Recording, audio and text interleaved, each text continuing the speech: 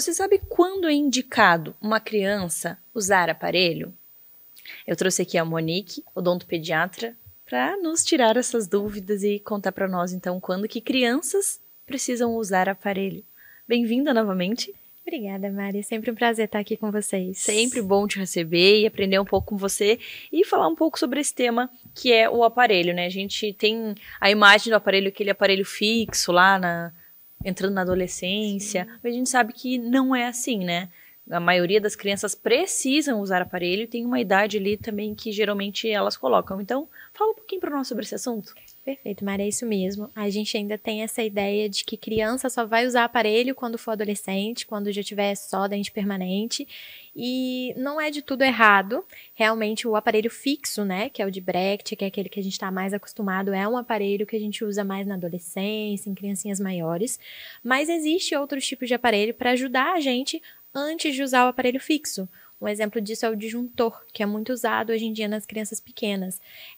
Muitas crianças estão vindo com falta de espaço. Então, o que é isso? A boquinha delas estão vindo menor, então tá bem pequenininho, o palato, o céu da boca, né? Fica atrésico, fica menor.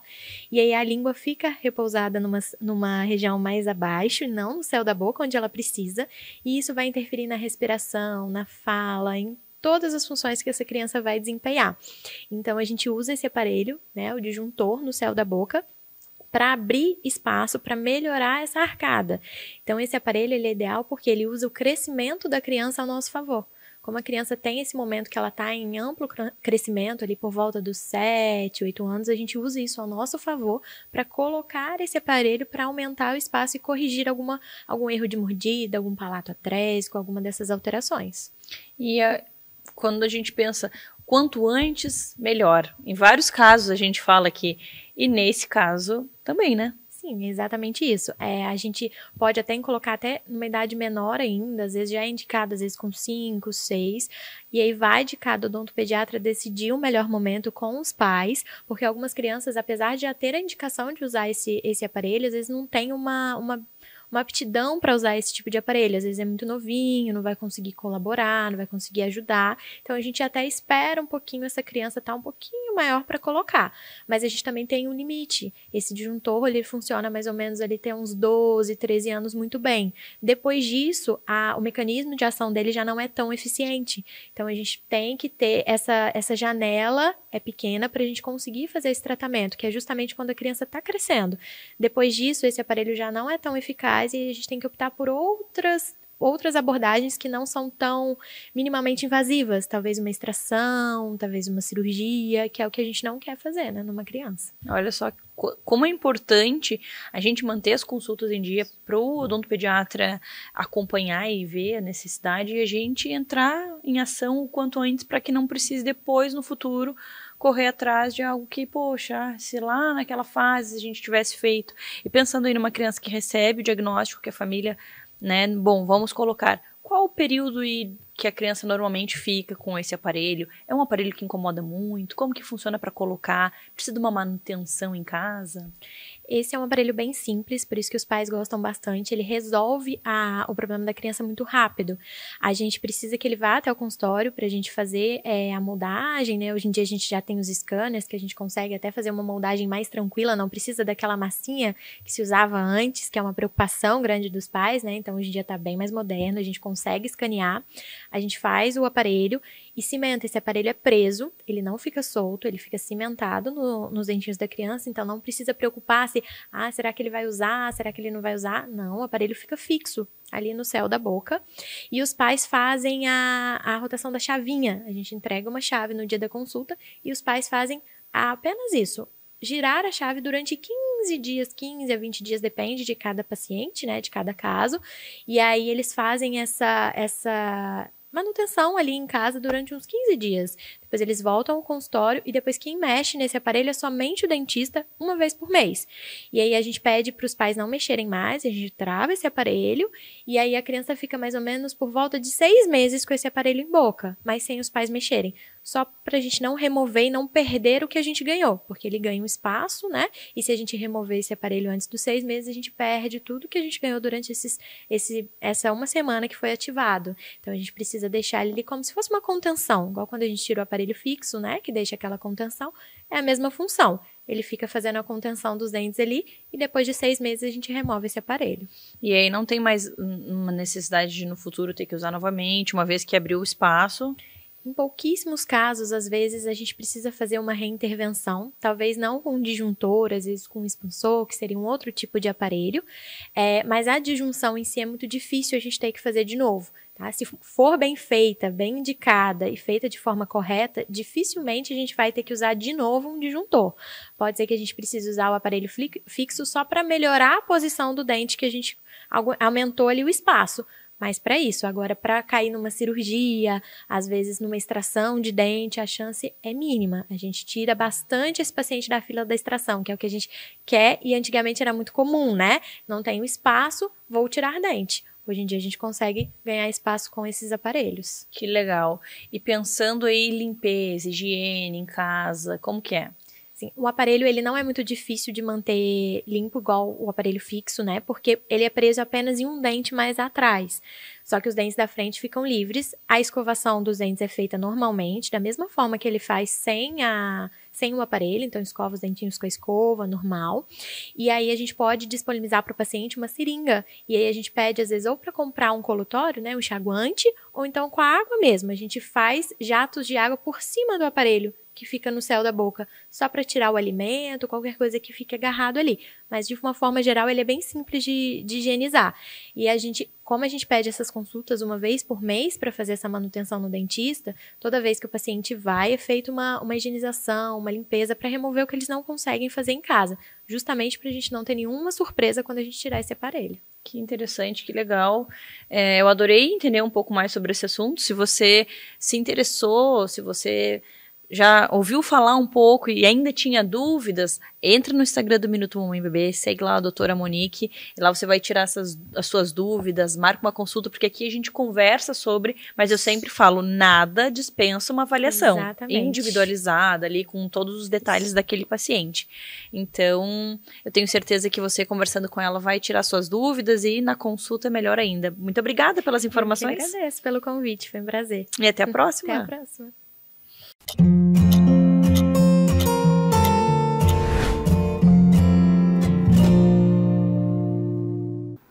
Olá, pessoal! Hoje eu tenho uma notícia incrível para você que quer transformar sua carreira. Estão abertas as inscrições para o concurso público da Secretaria de Estado da Saúde de Santa Catarina.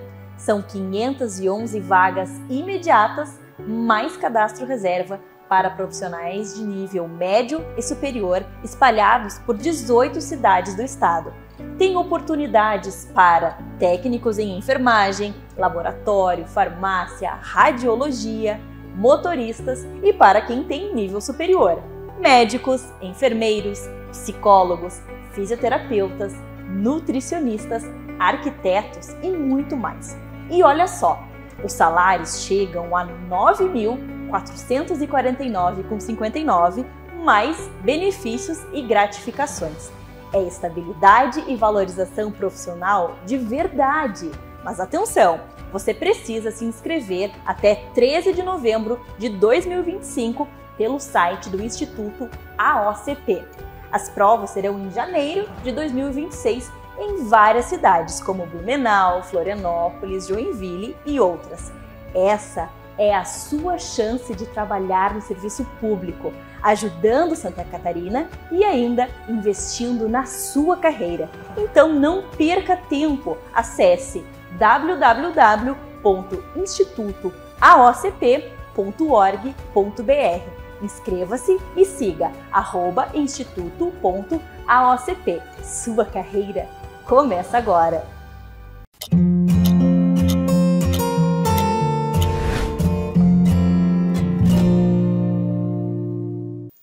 Desmame. Vamos falar sobre esse assunto com a nossa orientadora parental. Bem-vinda novamente. Muito obrigada, Mari, um prazer. prazer sempre nosso te receber aqui, aprender com você e falar sobre esse assunto. Então, quando a gente pensa no desmame, já, poxa, vou tirar o meu bebê, vou passar pó de café, o que eu vou fazer? Pimenta no peito, batom vermelho e todo tipo de... Trauma já bateu ali na porta, né? Então, assim, existe uma forma da gente passar por esse processo, uma forma que seja ok para o bebê, para a mãe, para a família? Existe, claro que existe, né? A gente precisa entender primeiro a amamentação como uma comunicação entre mãe e bebê. Para além da alimentação, essa mãe e esse bebê, eles se comunicam através do momento ali que o bebê está no peito, né? Então tem o vínculo, tem o carinho. Esse bebê, quando ele é bem pequenininho, ele pede peito para tudo, né? Eu digo, tá com fome, tá com sede, tá com coceira no dedão do pé, tudo o peito resolve, né? E ele tem um jeito de pedir, né? E não necessariamente ele está precisando de todas essas coisas, mas a mãe interpreta como se fosse isso e dá o peito e o peito resolve. Quando a gente entende a amamentação como uma comunicação mãe-bebê, a gente vai trabalhar o desmame ampliando essa comunicação, mostrando para esse bebê e para essa criança, né, que a gente já está falando de uma criança maior, é claro, né, que existem outras formas de se comunicar com essa mãe, de pedir as coisas, de se vincular com ela para além do peito. Então, trabalhar o desmame gradual é, sim, entender as necessidades do bebê, os recursos que ele tem no momento e as necessidades dessa mãe e os recursos que ela tem no momento, para que essa comunicação se amplie. A gente vê muita coisa na internet e isso confunde as pessoas, né? Às vezes tu tá com vontade de fazer uma coisa e aí vem uma enxurrada de informações totalmente perdidas, assim, e tu acaba não fazendo. Então, como é importante a gente saber o que a gente quer, ter alguém para conversar e compartilhar o que a gente está sentindo e trilhar um caminho seguro, feliz, porque não adianta tu estar amamentando infeliz ou tu desmamar a criança porque a sociedade está pedindo que tu desmame. Isso. Então tem os dois lados, né? A gente vive muito esses dois extremos, né? Que é o amamento, o bebê, e de repente faça um desmame abrupto, ou às vezes um desmame precoce, que é um bebezinho muito pequenininho, que ainda não está pronto. E o outro lado é eu vou amamentar até a hora que esse bebê não quiser mais. E tudo bem se for assim e tiver bom para a mãe e para o bebê. Mas muitas vezes não está bom para a mãe. A saúde mental dela já está em jogo. O vínculo desses dois já não está bom, porque está ficando pesado amamentar essa criança grande, né? Então, a amamentação é uma via de dois, né? É uma relação entre duas pessoas. E essa relação tem que estar boa, né? Então, a mãe, ela pode decidir modificar essa relação com o filho, modificar a comunicação com o filho, sem necessariamente traumatizá-lo, que muitas vezes as mulheres têm medo do trauma, né? Então, não precisa ser abrupto. A gente pode fazer em passinhos bem graduais e usando de estratégias que essa criança vai ser participativa, vai ser ativa no processo. Ela vai compreender o que está acontecendo e não vai se sentir necessariamente abandonada, né? Que é o medo de muitas mães, mulheres mães.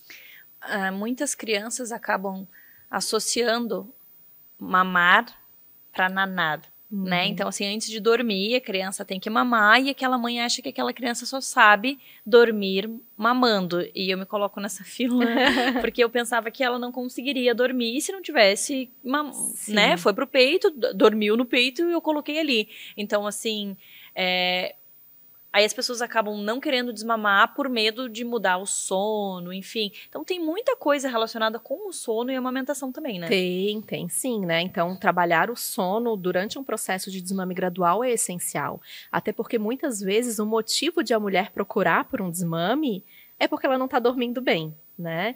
E eu gosto sempre de falar que o desmame noturno ele não vai garantir noites de sono. O que garante noites de sono é um trabalho com o sono. Então a gente precisa unir essas duas coisas, né? Quando a criança ela tem recursos, ela já tem uma idade e a gente faz um trabalho de mostrar para essa criança, de usar lá quadro de rotina, de trabalhar com livrinhos, enfim, uma série de coisas que a gente pode colocar à disposição, ela consegue ampliar sim esse momento de dormir de outras formas, com outras pessoas e que não precisa envolver choro, né? Que muitas vezes as pessoas pensam que vai ser, meu Deus, um horror. Dá para ser mais leve. A criança tem capacidade, a gente precisa acreditar na capacidade da criança. Claro, fazendo uma avaliação de que momento, qual idade cada criança está. E tem aquela informação, né, do desmame, o bebezinho pequenininho, não, você tem que parar de amamentar e dar uma mamadeira que vai dormir a noite inteira. O que você acha dessa frase?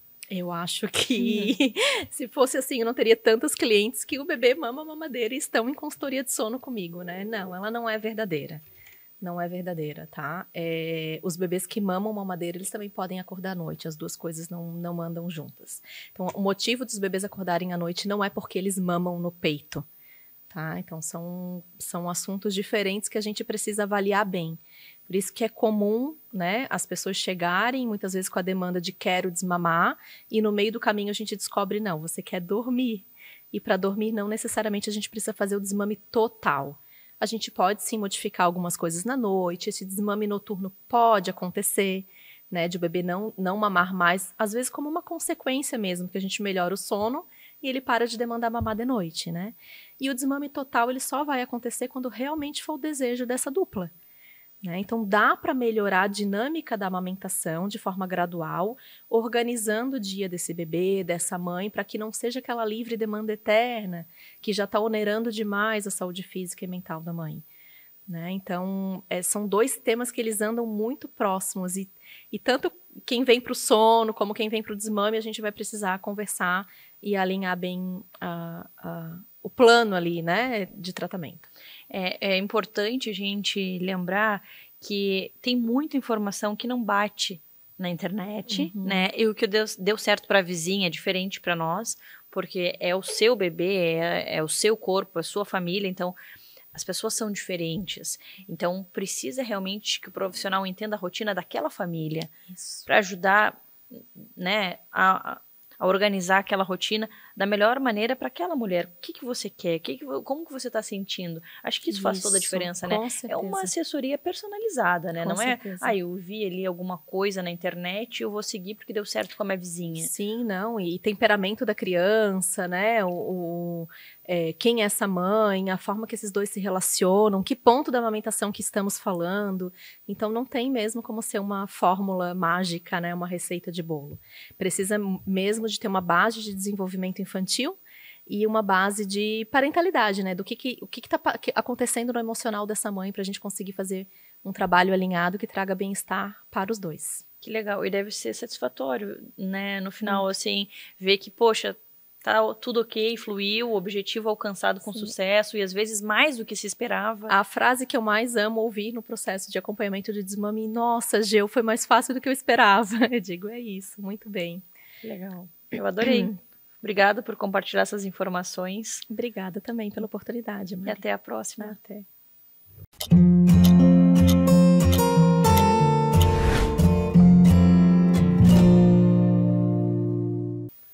Gestação, puerpério e saúde mental. Vamos falar um pouquinho sobre esses assuntos tão importantes com a doutora Cláudia, a nossa psiquiatra. Bem-vinda novamente. Obrigada, Mari.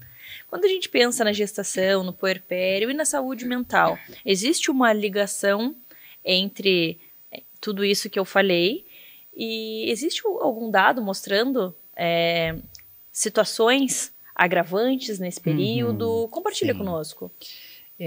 Isso, gestação, puerpério e saúde mental tem tudo a ver, como tu falaste, mas é algo ainda muito envolto por mitos, né?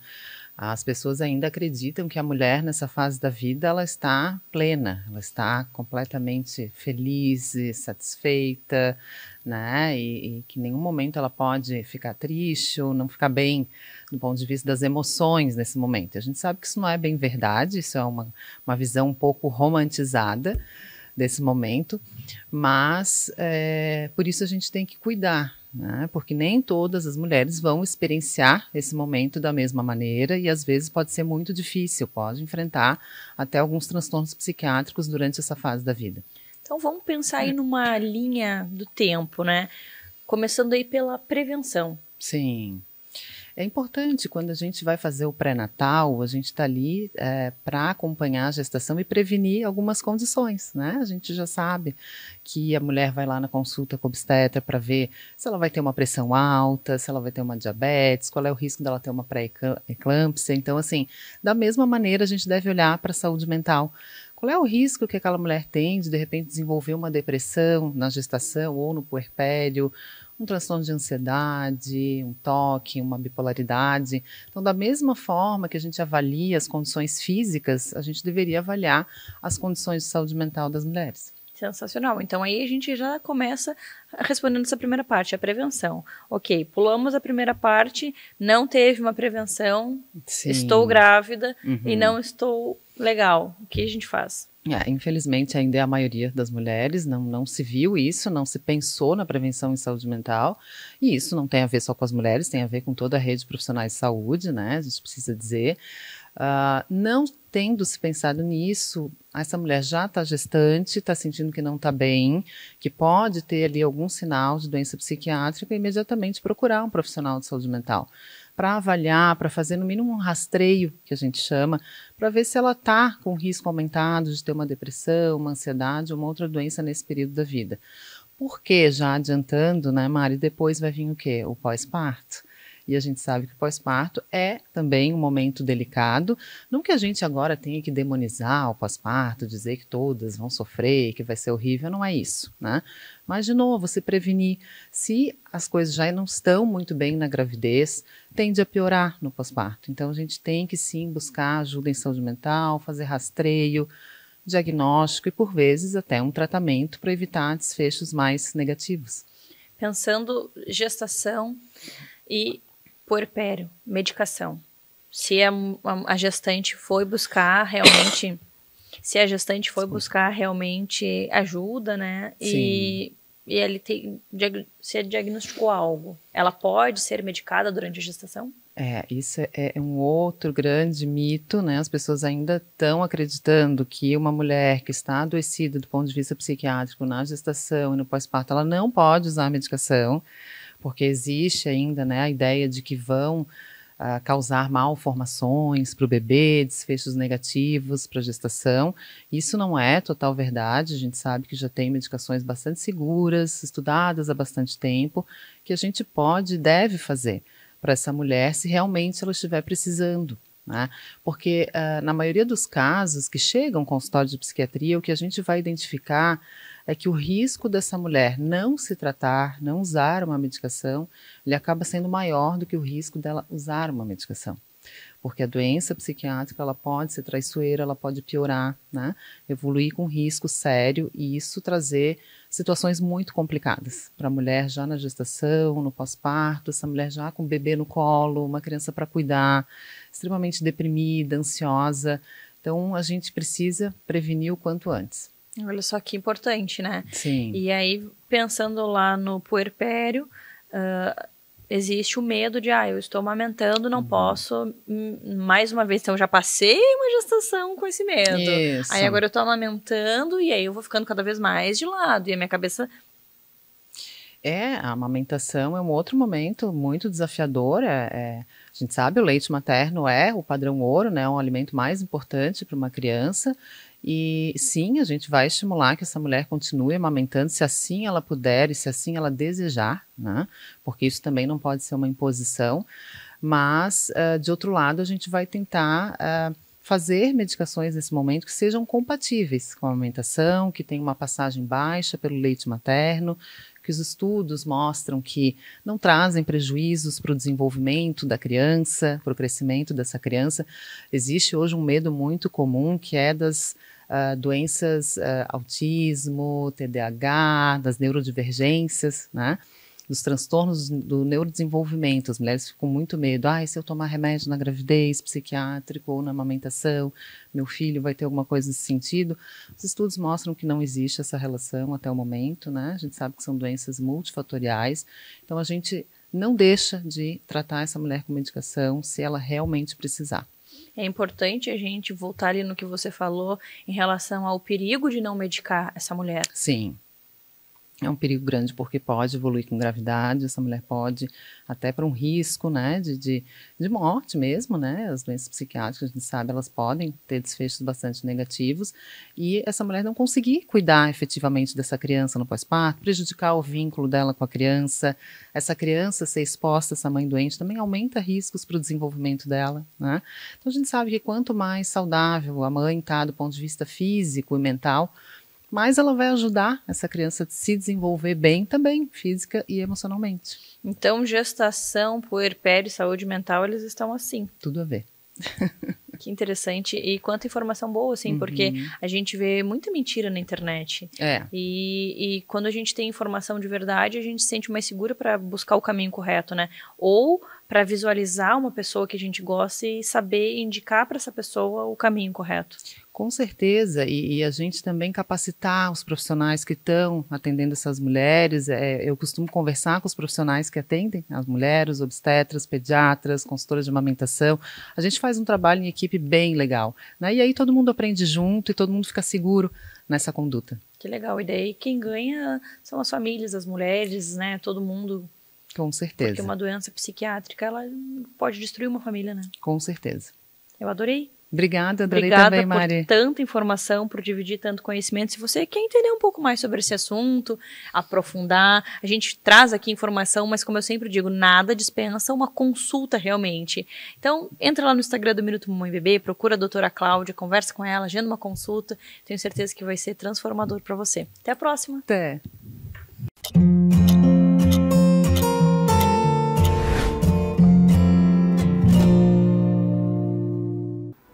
Olá, pessoal! Hoje eu tenho uma notícia incrível para você que quer transformar sua carreira. Estão abertas as inscrições para o concurso público da Secretaria de Estado da Saúde de Santa Catarina. São 511 vagas imediatas, mais cadastro reserva para profissionais de nível médio e superior espalhados por 18 cidades do estado.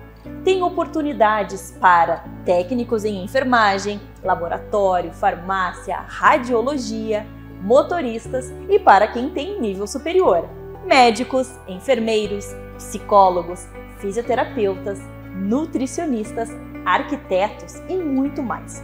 E olha só, os salários chegam a R$ 9.449,59, mais benefícios e gratificações.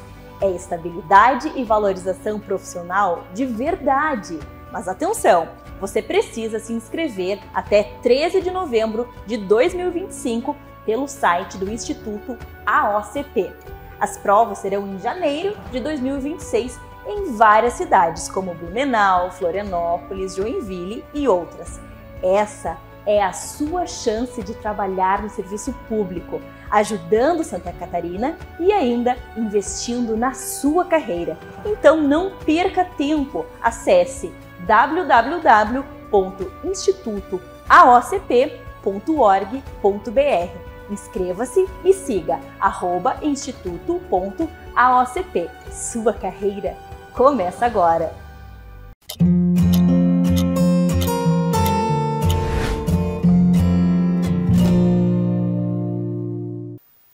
Odontologia com abordagem integrativa. Eu amo essa palavra integrativa, já tem todo o meu coração. E hoje eu vou conversar com a Fran, que é dentista e traz essa abordagem nas consultas dela. Bem-vinda novamente. Obrigada. Fran, quando a gente pensa aí nessa abordagem integrativa na odontologia, conta para nós como que é. Muito bem.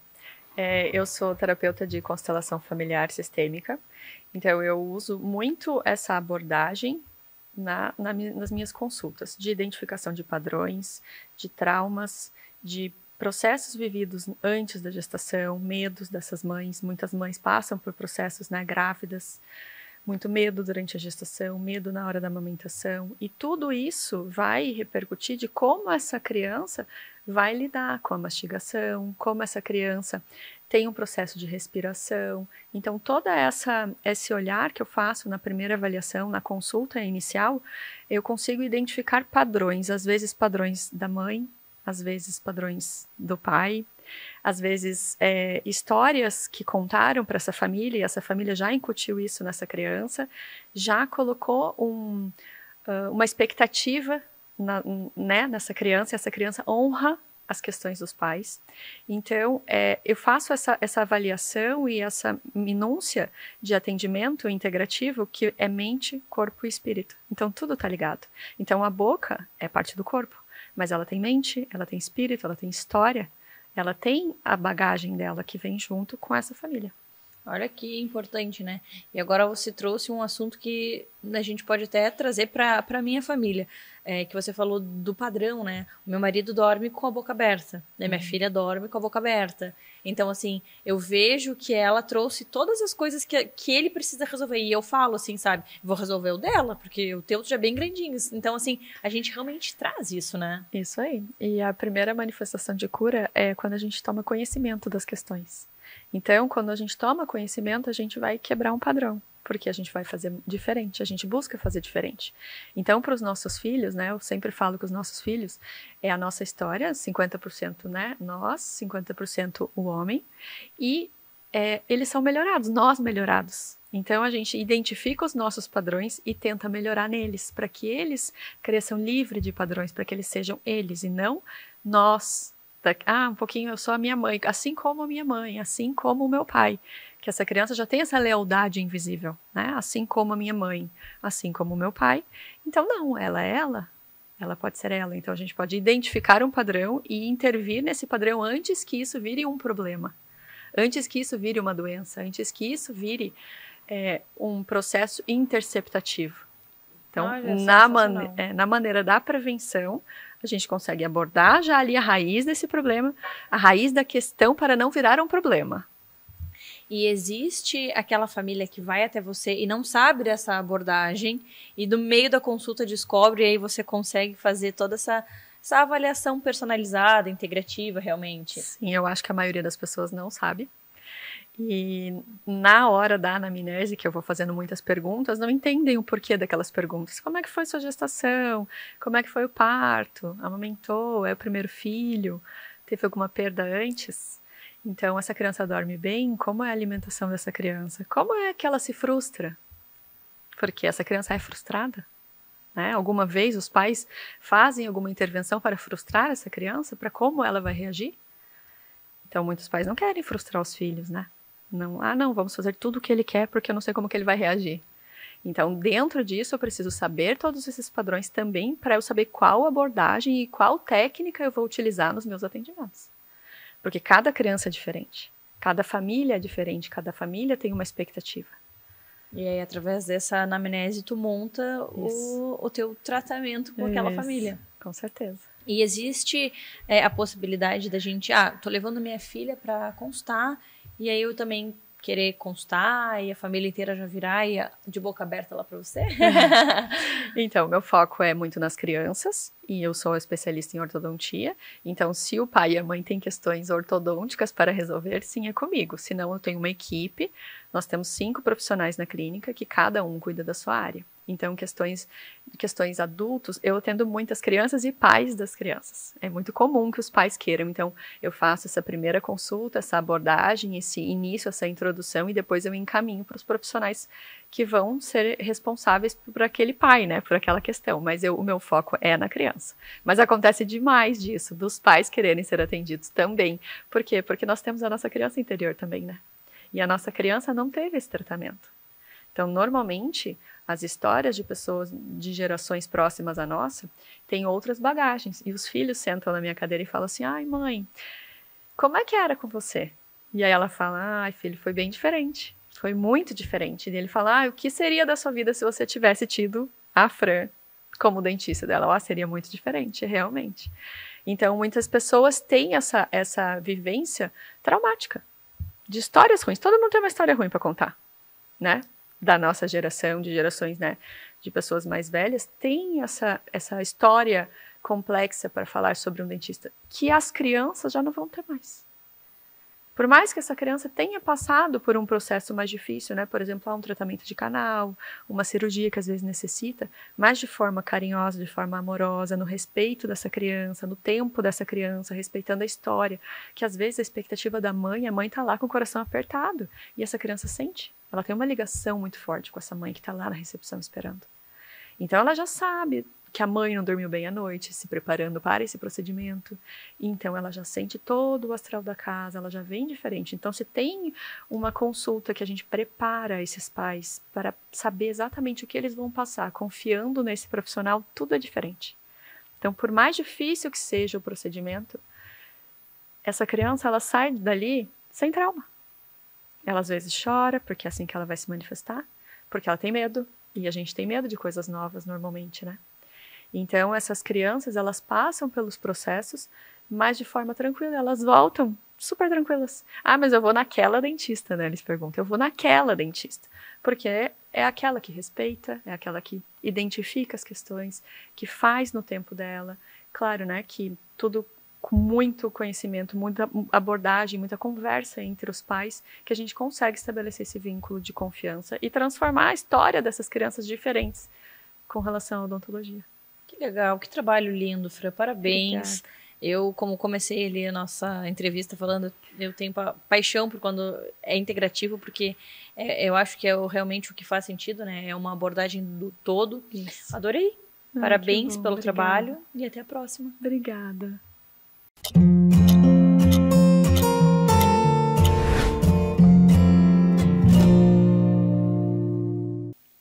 Nosso assunto é mão, pé, boca. Tudo que a gente precisa saber sobre essa doença, a doutora Andressa vai nos trazer as informações, a nossa pediatra. Bem-vinda novamente. Muito obrigada. E aí, o que a gente precisa saber sobre mão, pé, boca? É um vírus? É um vírus. Então, se é um vírus, a gente não precisa usar antibiótico. É a primeira informação que a gente precisa ter. Porque a gente sempre tem aquela coisa meio desesperadora de tentar resolver o mais rápido possível. E aí sempre vem aquela pergunta, mas não precisa de um antibiótico? Não, não precisa de um antibiótico na maioria das vezes. Vamos deixar isso bem claro, né? Porque o que acontece na mão, pé, boca? A gente começa com as lesões na boca, né? Inclusive, começa por ali. A criança começa a não querer comer, começa a babar, principalmente quando ela é bem pequenininha, começa a salivar bastante, mas ela saliva bastante não porque ela produz mais saliva, mas porque engolir a saliva dói e aí ela não engole, ela baba, né? Outra coisa é que a criança fica mais chorosa, mais manhosa, pode ter febre. E as lesões de afta vão aparecendo na boca. Normalmente elas aparecem no fundo primeiro e depois pode aparecer na língua, na bochecha, né, na parte interna da bochecha. Isso tudo pode acontecer, mas o fundo geralmente é o primeiro, né? Tanto que ela para de comer quase que imediato porque dói para passar a comida ali atrás, né? Então, esses são os principais sintomas. O que vai aparecer depois, né? As manchinhas na mão e no pé. Então, começa a aparecer umas bolinhas vermelhas na palma da mão, nas plantas dos pés. Normalmente não dói, a não ser quando é muita, né? Porque aí a criança fica com aquela parte sensível, assim, para tocar, para pegar. Mas não é que seja uma dor, é uma sensibilidade, assim, tanto na mão quanto no pé. E algumas crianças aparecem na região genital também, algumas bolinhas dessas, assim. Então, esse é o quadro clínico comum, vamos pôr dessa forma, né?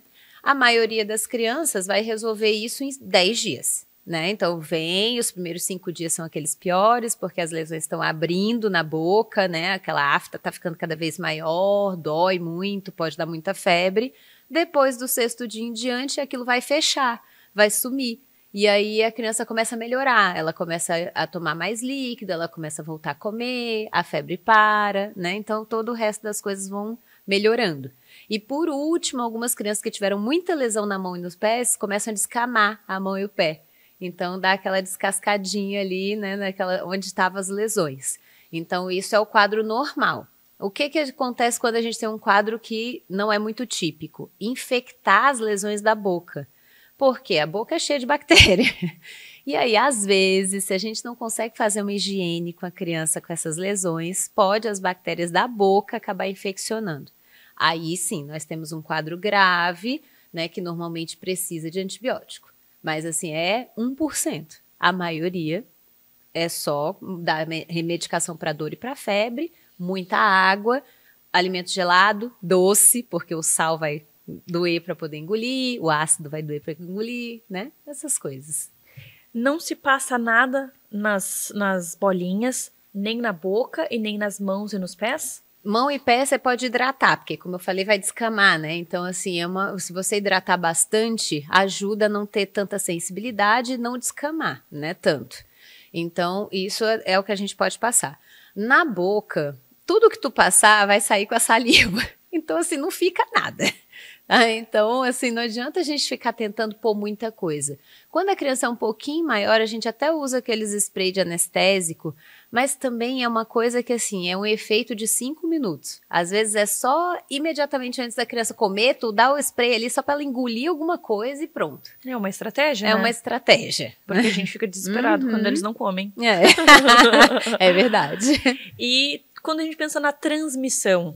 Nossa, aí a transmissão é violenta. Não dá para levar a criança para creche, escola. Ela precisa ficar em casa até ela estar totalmente bem, porque passa pela saliva. E aí as crianças, elas brincam muito juntas, elas trocam brinquedo, elas levam as coisas na boca. Então é por isso que dissemina tão rápido na creche. Quando um tem, daqui a pouco todos têm. E não tem vacina, não tem como prevenir, é algo que é se preparar, porque a qualquer momento pode ter ou não. Exatamente. Agora, por exemplo, é um período em que a gente começa a ter mais casos. E aí, o que a gente diz é um vírus que chama Coxsackie. Nós não temos vacina para esse vírus. Até agora não conseguiram desenvolver nada para esse vírus. Então, a gente não tem como proteger a criança, a não ser não levando para a escola quando tem algum caso.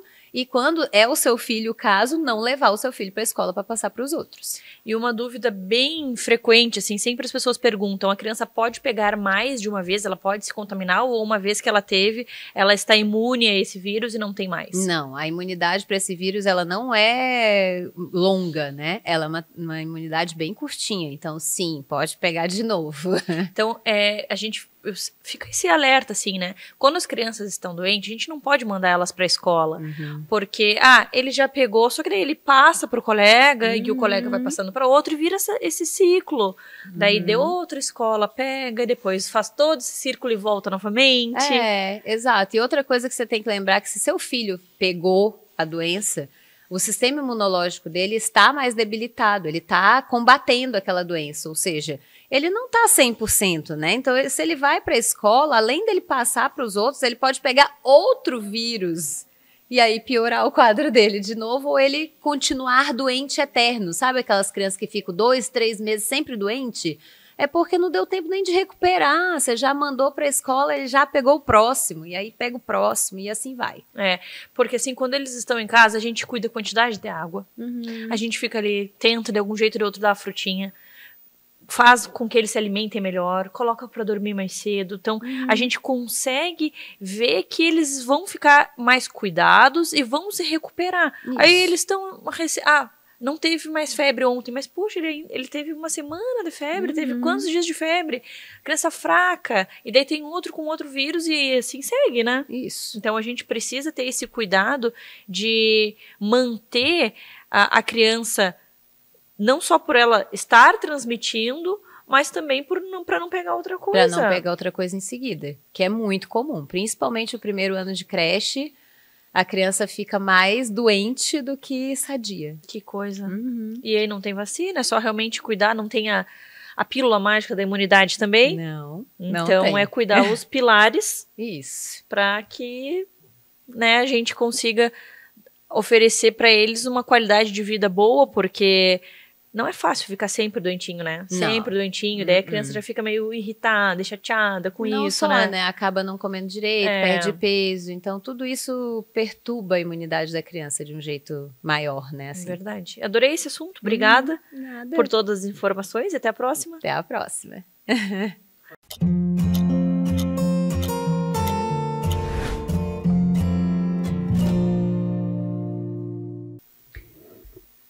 Vamos falar sobre o processamento dos traumas. como que eles acontecem? Eu trouxe aqui a Ronise, uma especialista nesse assunto, a nossa psicóloga, para justamente nos explicar como acontece esse processamento no cérebro. Bem-vinda novamente. Obrigada, Mari, sempre um prazer. Sempre bom te receber aqui, ainda mais para falar sobre esse assunto tão importante que eu sei que ajuda tantas pessoas. Quando a gente pensa no processamento de traumas, a gente pensa numa pessoa que buscou por você porque tem algum trauma. Daí quando ela vai para essa primeira consulta, a gente descobre que na verdade não é um trauma, são vários traumas. E daí como que é? Que processa tudo de uma vez? Como que acontece? Me explica desde o comecinho, por favor. Então, Mari, assim, essa é uma ótima pergunta, porque normalmente as pessoas têm muitos traumas para processar. Só que às vezes elas nem sabem que tem esses traumas. O que mais acontece é a pessoa chegar com o sintoma. Eu me sinto assim, ou eu tenho tal comportamento, ou eu penso tal coisa negativa, né, a meu respeito. Então, o mais comum é a pessoa chegar com o sintoma. Eu quero tratar determinada coisa. E aí a gente vai flutuando para o passado e a gente vai descobrindo aonde está a raiz desse sintoma, ou as raízes desse sintoma. Então, no MDR, ela é uma terapia super organizada. É uma terapia que vem dos Estados Unidos, então os protocolos lá, eles são bem práticos, bem redondinhos, assim. Então, o que a gente faz? Como que a gente trabalha? Cada sintoma, um plano de tratamento. Nesse plano de tratamento, o que tem nele? Eu coloco a queixa do paciente, a queixa é o motivo que ele vem para a terapia, os sintomas do presente, o que ele quer tratar, e aí eu vou flutuar para o passado, junto com esse meu paciente, com mais outras determinadas técnicas, e a gente vai descobrir aonde que esses sintomas estão amarrados, qual é a base deles, aonde que eles foram se formando. E aí sim, esses alvos do passado é o que a gente chama de trauma. Pode ser vários ligados a esse sintoma, ou um, ou dois, ou não tão passado, porque daí a gente faz os alvos do presente também. Então, esses são os pilares do sintoma que eu vou trabalhar. E aí, assim, a pessoa pode chegar com vários sintomas, ou com várias situações. Eu quero melhorar a minha vida em família, eu quero melhorar a minha relação com meu filho, eu quero melhorar no trabalho, eu quero ir melhor nos esportes. O MDR funciona muito bem também para performance, para quem faz concurso, para quem é atleta, esportista. Poxa, eu tenho uma técnica boa, eu tenho uma tática boa, eu tenho um físico bom, mas chega na hora eu fico ansioso, chega na hora tem algo que me trava. Então a gente também faz esse tipo de tratamento com um resultado bem bacana. Então, para cada uma das queixas é um plano de tratamento. E aí, sim, esse plano de tratamento tem vários traumas ligados a ele. Então, dependendo do sintoma da queixa, eu vou ajustando quais são os traumas que a gente vai trabalhar. E existe aquele paciente que chegou até você porque, eu tenho um trauma X. E aí, ao trabalhar, descobre outros traumas ali. Isso acontece? Perfeito, acontece sim. Algumas vezes a pessoa já vem com o trauma pronto, já sabe o que quer trabalhar, né? Então a pessoa já sabe, eu sofri um acidente, eu tinha 8 anos de idade. Muitos casos de abuso, todo tipo de abuso é extremamente traumático. Então muitas pessoas chegam, eu sofri abuso sexual, eu tinha dos 10 aos 14 anos, eu sei que você trabalha com trauma, eu quero trabalhar exatamente isso. Então, às vezes a pessoa já chega com aquilo ali pronto. E aí a gente começa a processar aquele trauma, começa a fazer o reprocessamento e a pessoa vai lembrando de vários outros, ou de alguns outros. Então, por quê? Porque, como uma proteção, o cérebro fez com que a pessoa esquecesse, porque está muito dolorido, como uma defesa, porque é muito dolorido lembrar daquilo. Então, para eu sobreviver, eu uso as defesas, e uma delas pode ser não lembrar do que aconteceu. Só que a gente não pode enganar o cérebro o tempo todo. Então, quando ele pode, ele vem com sintoma para mostrar, o trauma está ali. Uma parte da pessoa sabe que precisa reprocessar aquilo ali para ela ter uma vida normal, uma vida melhor. E existe aquele paciente que não sabe que trauma ele tem e ele tem só a queixa, a causa. Ah, eu tenho toque, eu sou muito estressado, enfim, ele chega com algum problema e ele vai até você para descobrir o que está causando, que trauma que faz com que essa pessoa haja dessa forma? A maioria chega apenas com o sintoma. A gente sabe que os sintomas estão ligados a traumas porque a gente já conhece muito bem esse assunto, mas a maioria das pessoas não conhece. Então, aí que faz parte também do nosso trabalho, na primeira fase do MDR, a psicoeducação está explicando por que a gente vai buscar no passado. Como que esse trauma do passado está servindo como base no meu sintoma do presente, porque a maioria das pessoas não sabe disso. A maioria das pessoas fala, não, mas eu não quero falar da minha infância, eu quero tratar a depressão que eu estou hoje. Então, vai de toda a nossa habilidade de estar explicando para essa pessoa que para a gente realmente tratar e o sintoma não voltar mais, a gente precisa no passado. Tem alguns casos, Mari, que é importante dizer que a gente não consegue tratar com MDR porque que a gente melhora, mas são casos que têm uma base orgânica. Aí, esses casos, a gente não consegue tratar 100%. Mas casos que têm uma base traumática, emocional, só psicológica, a gente consegue tratar 100%, sem dúvida alguma. Muitas vezes, eu já vi casos de pessoas que chegam com diagnósticos, com laudos de transtornos psiquiátricos, e aí a gente começa a processar os traumas e o sintoma desaparece completamente. Então, por quê? Porque não tem uma base orgânica, não tem uma base física. Então, isso é bastante comum. Eu adorei. Que bom. E eu quero tratar os meus traumas todos. Vai ser um prazer. Você é muito querida. Onde está sempre tem uma energia boa. Muito obrigada por compartilhar todas as informações conosco. E se você tem aí algum trauma que você lembra e está guardando ali, ou se você tem sintomas e quer realmente mudar isso na sua vida, vai no Instagram do Minuto Mamãe Bebê, procura lá a Ronise, a nossa psicóloga, e marca a tua sessão, que eu tenho certeza que você vai ter uma qualidade de vida muito melhor. Obrigada e até a próxima. Eu agradeço, até.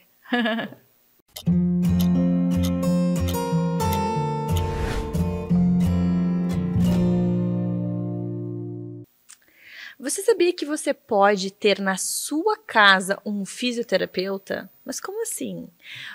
Existe o trabalho a domicílio que a Brenda, a nossa fisioterapeuta, realiza. Ela vai contar tudo para nós. Bem-vinda novamente ao Minuto Mamãe Bebê. Obrigada. Sim, o atendimento domiciliar é muito, muito bom para aquelas mamães que estão em casa e para todo o público, na verdade. A gente oferece atendimento domiciliar tanto do pós-parto, né, no puerpério, com aplicação de taping, laser terapia, tanto atendimento domiciliar para idosos, acamados, no geral, né, público de fisioterapia em geral. E quando a gente pensa aí nessa mamãe, né, que tá com um bebezinho em casa e não tem vontade de sair, qual tipo de serviço vocês podem realizar no conforto da casa dela?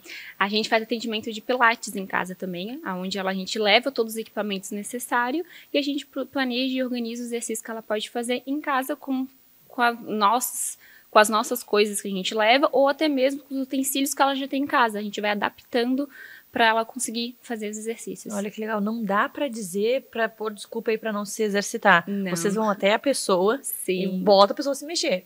Sim, a gente faz todo esse serviço. A gente tem um grupo de fisioterapeutas e a gente também tem nutricionista, né? Que o nutricionista não vai ao domicílio, mas a gente faz por videochamada também atendimentos para essa mãe, para facilitar a vida dela. A gente sabe que é um momento bem conturbado, assim, e isso afeta também a própria produção de leite. Sim. Então, assim, tendo nutricionista, tendo essa questão da atividade física, eu acho que fica mais leve para a pessoa viver esse momento de uma forma ok, porque senão é aquele turbilhão de coisas e aí você se esquece, você não faz atividade física, o leite não desce e vira aquele caos, né? Exatamente. É uma fase bem complexa para a mãe, né? Então, a atividade física nesta fase é extremamente importante para ela. Brenda, e vocês trabalham também com o taping? tape isso. O tape a gente faz a aplicação logo após quando ela já sai da maternidade, tanto em cesariana quanto parto normal, a gente faz essa aplicação, ajuda essa parte da sustentação abdominal, né, trazendo segurança para essa mamãe nesses primeiros dias de pós-parto. Eu tive um parto cesárea e eu lembro que meu maior medo era caminhar. Assim, vai abrir tudo, Sim. né? Então, assim, é bem o que você falou, é uma segurança. É uma segurança maior que causa. E na cesariana a gente já faz a aplicação do laser terapia também, que ajuda nesse processo de cicatrização, ajuda nesse processo para tentar evitar uma queloide. Então, é um combinado de serviços que vai facilitar e ajudar essa mamãe na recuperação. E isso faz tanta diferença, porque isso mexe novamente com a autoestima. E aí, se você for olhar todos os serviços que você oferece, é justamente para trabalhar com a autoestima, com o bem-estar dessa mãe. Sim. Porque você está pensando aí na cicatriz, na segurança ali com o taping, o laser ajudando nesse processo da cicatrização, o pilates para fazer essa mulher se movimentar, se mexer. Se reconectar e, consequentemente, voltar à vida dela. Praticando a atividade física dela. Então, é um combinado que a gente realmente fez pensando em tudo que essa mãe pode encontrar num ambiente só com os mesmos profissionais. Sem ter que ir num espaço, pegar X profissional, em outro espaço, pegar Y profissional. No mesmo ambiente, ela vai encontrar tudo sem precisar se deslocar, se mover. A gente não sabe, né, como é a rotina de cada família. Às vezes tem um carro só, o marido sai com o carro, não quero pegar Uber com um bebezinho, tem que levar um monte de coisa. Sim. Né? Aí tem que levar bebê conforto, tem que levar isso, tem que levar aquilo, enfim. E para ela, naquele momento, é melhor em casa. Sim. E aí, com o contato ali com vocês, pode chegar um determinado momento, vamos lá pro estúdio? Vamos lá pro estúdio, mas quando ela estiver preparada, quando ela se sentir ok para isso, né? Para essa transição. No tempo dela, exatamente. É isso que a gente tá prezando, né? É isso que a gente quer. Deixar ela o mais confortável possível no ambiente dela, e assim que ela estiver apta e preparada, sair para o mundo externo novamente, socializar, trocar ideia com outras mães, e aí a gente dá continuidade levando ela para o nosso ambiente. Que legal. E quando a gente pensa nesses serviços que a gente falou aí, justamente trabalha a autoestima, né? O laser, o taping e o pilates, esses 3 serviços que vocês oferecem a domicílio, o que você pode falar sobre eles, assim, sobre a importância, sobre os benefícios daquela... Porque a gente sabe que muitas pessoas não têm conhecimento, né, de tudo que pode ser utilizado. Então a gente está aqui justamente para levar essa informação, né, e a mulher que usa, né, desses artifícios, dessas técnicas, o que muda para a mulher que não tem acesso, né? Além da parte estética, né, que acaba melhorando significativamente ali nessa parte, tem a parte mental dela, porque ela vai se sentir mais confiante, mais segura. Fazer todas essas técnicas vai deixar ela vai retornar mais rápido o abdômen dela, vai deixar ela mais leve, mais tranquila com esse retorno. E quando a gente pensa aí nesse acompanhamento, quantas vezes a mulher pode usar o taping? É só ali no momento que ela sai? Ou ela tem que fazer mais de uma vez? O laser também, quantas sessões é indicado? O tape a gente normalmente faz a aplicação de uma vez só após o parto, e ela usa durante esse período de até 7 dias. Após isso a gente faz esse acompanhamento, a gente vai lá novamente para a gente retirar esse tape, e a gente não faz uma reaplicação. Tá? O laser a gente vai fazendo sessões sim, em cima daquela ferida, para poder aumentar a cicatrização dela, acelerar esse processo, né? Porque a gente sabe que são várias camadas, então a gente faz a aplicação do laser mais de uma sessão. Então, auxilia muito nesse retorno abdominal, ajuda nessa questão de flacidez ali, e até a questão da diástase também, né? E de sendo em casa, quanto tempo depois do parto já é indicado começar? Então, de cesariana e parto normal tem um período um pouquinho diferente, né? Cesariana a gente preza ali umas 4 a 6 semanas para frente, exercício leve a moderado, tá? Nada de algo muito intenso. E o parto normal, a partir da 2ª, 4ª semana, já pode se iniciar as atividades. Olha só que interessante. E daí, quantas vezes por semana é indicado fazer o pilates? Umas 2 vezes na semana, 2 a 3 vezes na semana. Mesmo esses pacientes que fazem 1 ou 2 vezes na semana, a gente deixa uma listinha de atividades que ela pode complementar e fazer em casa sozinha, sem a nossa orientação. A gente deixa o exercício para ela, a gente explica, demonstra, analisa como ela está fazendo, dando o nosso ok, ela pode fazer as atividades, essa lista de atividades toda sozinha, para dar continuidade, né? Porque às vezes a gente vai 2 vezes na semana de 7 dias. Então, a gente dá um reforço a mais para ela com essas atividades domiciliares. Que legal, adorei o trabalho de vocês. Obrigada por compartilhar conosco essas informações e até a próxima. Até a próxima.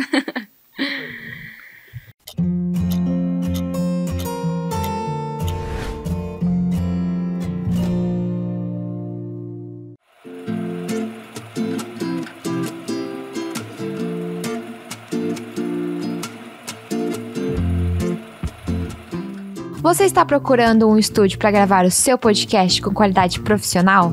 O nosso estúdio oferece tudo o que você precisa. E sabe qual é o nosso grande diferencial? A oportunidade de ter o seu conteúdo exibido em nosso canal de televisão.